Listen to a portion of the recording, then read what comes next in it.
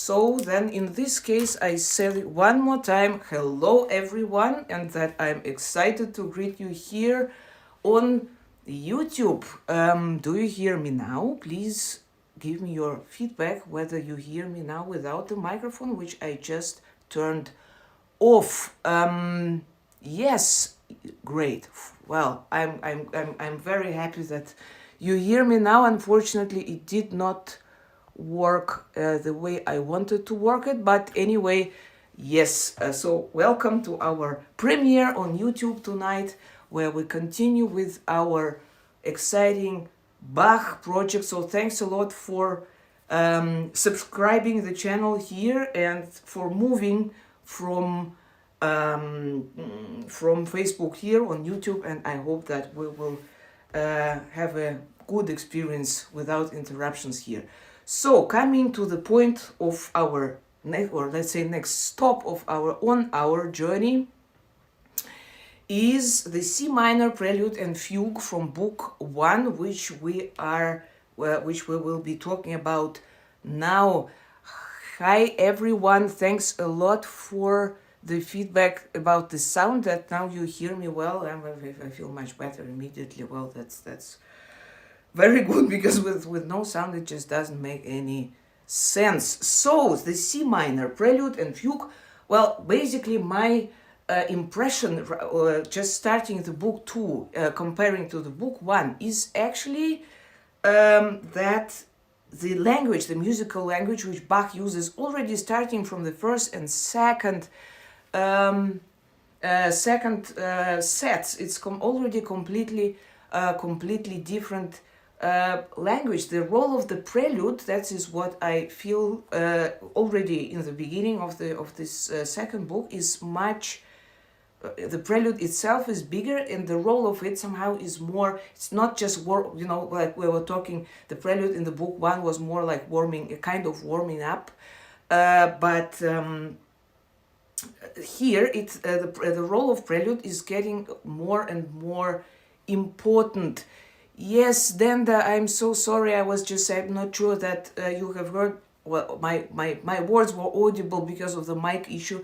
I was saying that I'm very sad and sorry that the tour in Japan had to be cancelled due to the current pandemic situation, but I hope that we will see each other very soon, and I'm so happy that we have this chance to connect through the Bach journey at least. But anyway, I wish also you all, of course, there in Japan well, and I keep my fingers crossed that it will be better, the situation will be better soon, and that I will be able to enter Japanese border.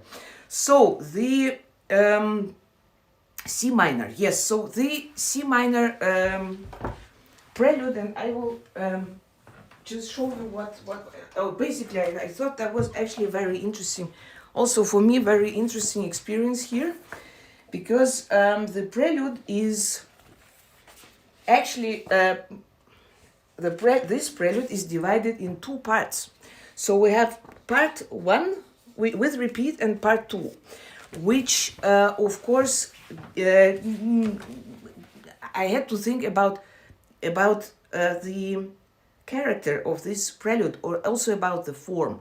So why I'm saying this, because I had some questions about how to decide or how to determine the tempo in Bach's music, which is of course a little bit different comparing to the later music, where we have also the notations like allegro or lento or grave, or some kind of expressions which gives us an idea of the character of the piece. For the Bach's time, it was absolutely not there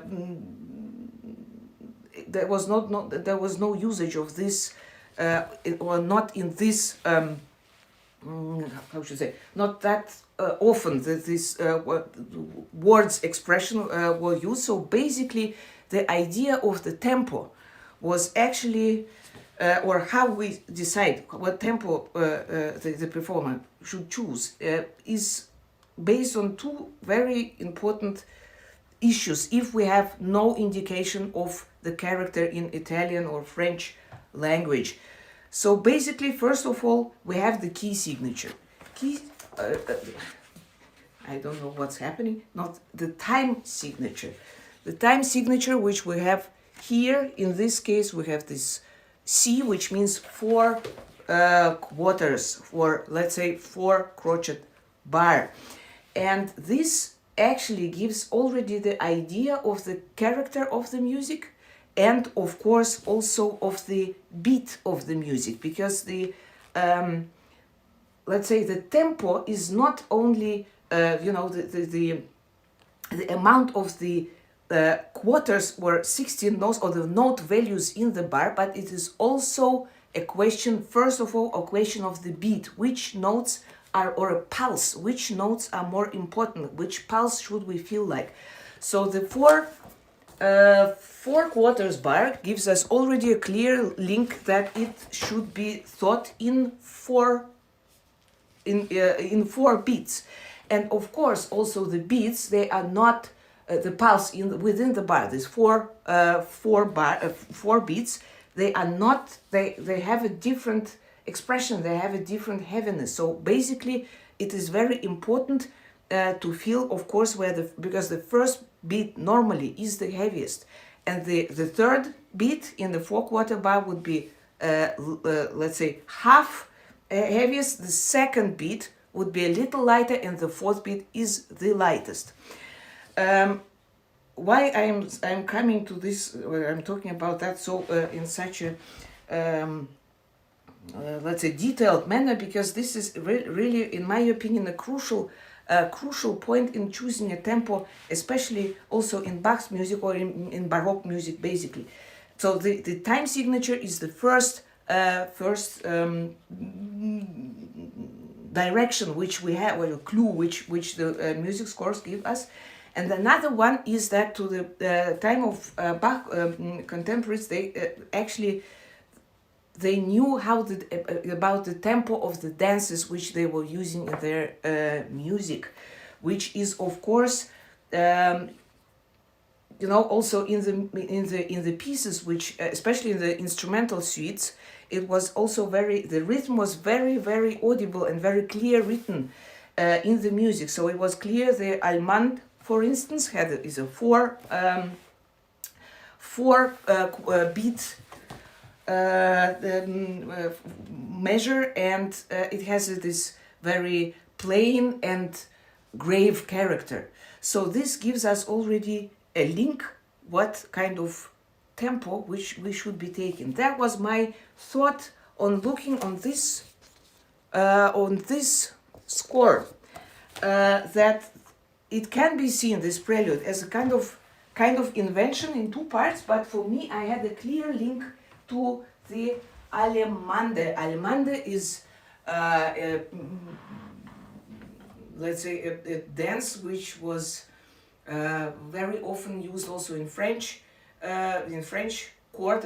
Alemande means actually German dance, and it had a very serious, very graceful, very elegant character. And there are also different types of course also the instrumental suites, the dances in the suite, they are of course not thought to be really dance, but the rhythm, the idea, the pulse of the dances is also very audible here. And also Bach had different different approach towards the Alemande. I just wanted to show you two wonderful examples which would maybe also show you why I thought that the Prelude C minor in the second book somehow reminds me on Alemande, and I would like to, somehow I feel that that's also the character I would like to go for.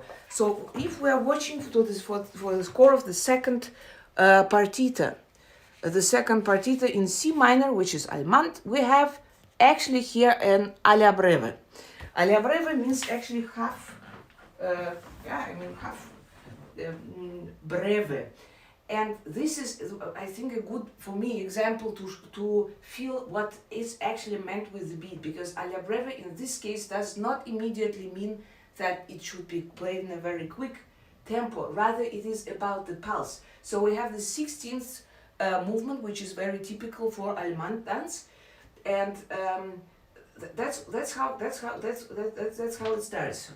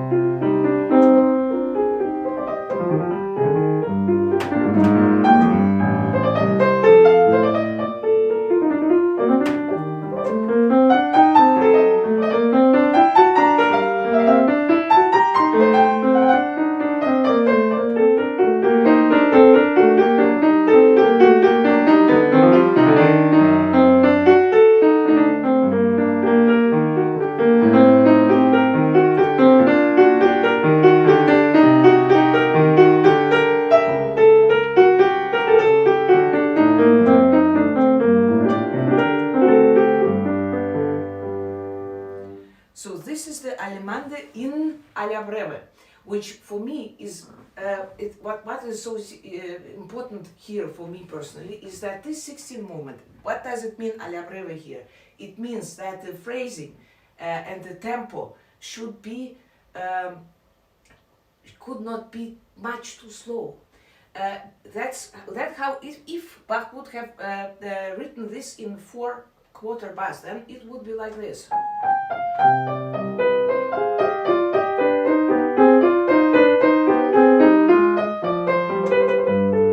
So this is what I mean with the pulse. Here he gives us already the direction. It should not be in quarters, it should be in half bars. So it's longer lines. And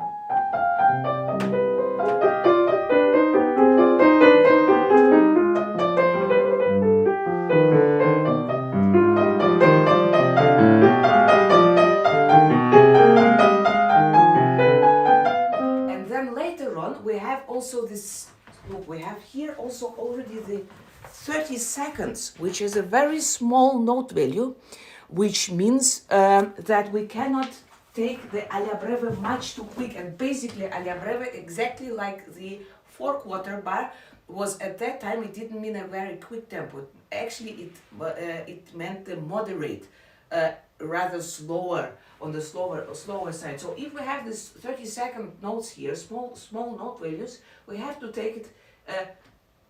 So you see, we have already two criteria. First is the half bar phrasing, half bar direction in the melody, and at the same time we have 30 seconds, which means that it cannot be it cannot be played too fast, because then I have no chance. So it means that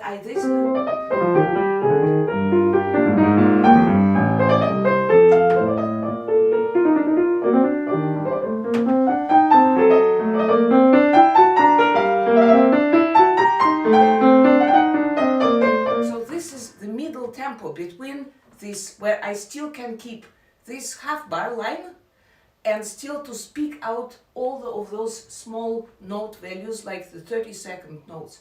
So this is actually, I think this is actually a very, for me personally, was very helpful example also to approach the C minor prelude from Book II, because this gives also, you see, this 4/4 bar it covers a huge range of tempo basically, and I think it is very interesting and helpful to study for myself also different type of Alemande. For instance, another example which I have chosen is the Alemande from the first partita in B flat major, which has a completely different style. First of all, it is not so such a sad movement like the Alemande from the second partita. The B flat major partita is basically, of course, much more majestic, much more happy, much more joyful. And this Alemande is in actually again in four quarters, so more more similar, or actually exactly the same common time as the Alemande, as the Prelude C minor. And it also has actually only two voices. There are another interesting, let's say, sign of Alemande is that the voices are exchanging very quickly, and it gives also a kind of. Indeed, I found this expression that this is very dignified but serious. Music is actually very interesting characteristics, but in P flat there is also some more joy, I think. So this is another type of Alemande, although also it is the same genre.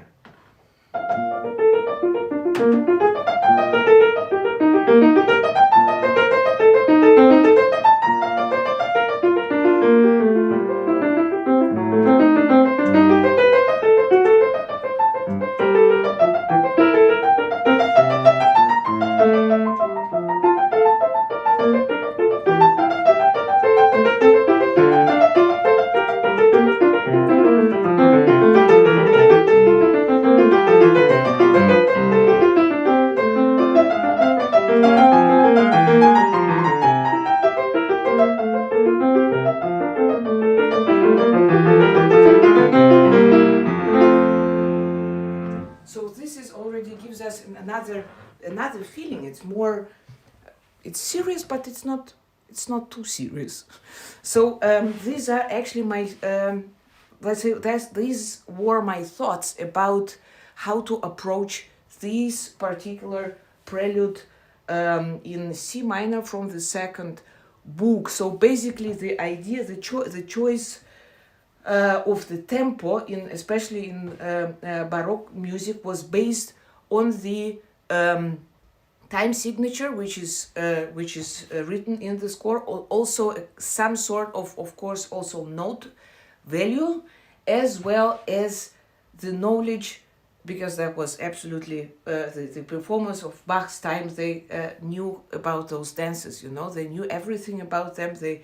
And they knew about the tempo in which those dances should be played in, and of course I think that also many of us also know very well the difference, let's say, between waltz and, let's say, foxtrot, so that we clearly also can, just from hearing, we know basically the tempo in which the waltz should be danced and foxtrot. So it is a kind of basic knowledge which the Bach, the performers of Bach time did have. And of course many pieces, especially in this book, but also you might remember also some from the book 1, they have a clear connection to the of course to the suite, instrumental suite dances. Well, so the prelude, as I already mentioned, can be also seen as a two-part invention. It has a very, in a way, energetic, but not so, with, of course, with some very great movement, but very elegant.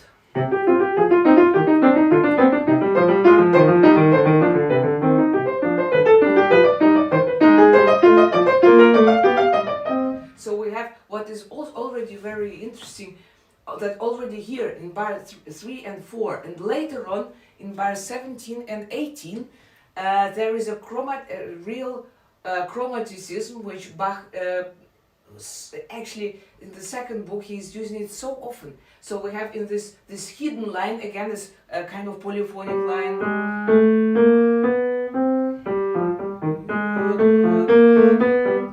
And then in the bar 17, 18, going down. So it's very already, those hidden polyphonic style is here also very audible. Also here, this what I was saying about the exchanging, the voices exchanging the registers, for instance. And this happens in in the light part of the bar. So in the second half, on the third and the fourth beat, which means that it's it's more light, it's more elegant. The prelude is, as I said, had 2 repeats. There might, if it can be seen as an Alemande, I think it is possible to add some ornaments there. That's what my what I thought to do a little bit. The fugue is in 4 parts. What is interesting about this fugue is that the subject is quite short. This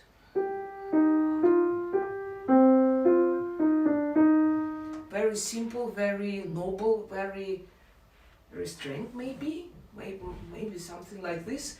But the entire idea of the fugue is that it's a composed crescendo to the very dramatic coda, and the bass, the basso, the lowest voice is actually only entering in bar 19 and an augment, and this means that for me this fugue has, of course, something clear connection with the organ sound. The fugue is quite full of different devices, like there are 2 stretto here in bar 16 before this 4th basso voice is entering, and also the very dramatic coda. There is at least 2 times the subject in inversion is coming, and also the subject with the dotted rhythm. So it is a very rich, although quite compact. It's just 28 bars, but is in a very rich, composed in a very rich way. Here, it's actually the first minor fugue in this book, and here, actually in the let's say original manuscripts which we have, it is written, the last chord is written in minor, which is very, of course, unusual for that time, and I think that it's already, that's also a difference to the book 1, that it is somehow it's more self-confident in a way, I don't know. So I'm very excited to perform for you the C minor Prelude and Fugue from book 1 by Johann Sebastian Bach.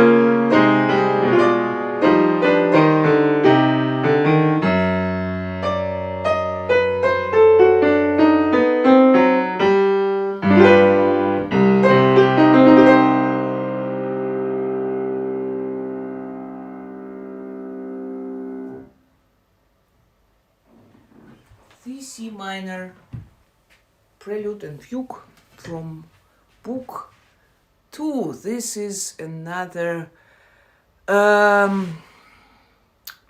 stop on our Bach Well-Tempered Clavier journey, which is, I think, a very exciting set.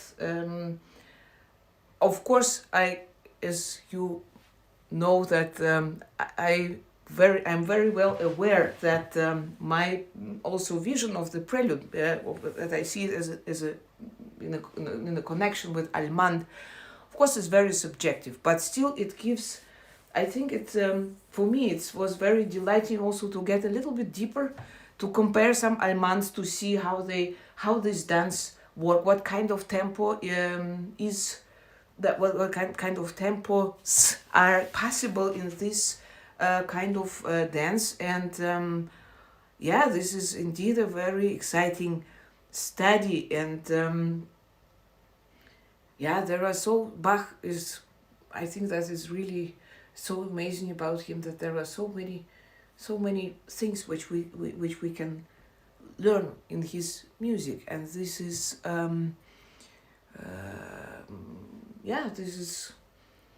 there are no limits. I think Bach's music sets no limits, and this is something what is so special, really special about him. So this was the session for tonight, and I'm very happy that it works on YouTube, and thank you for joining the channel, and please subscribe if you did not subscribe yet.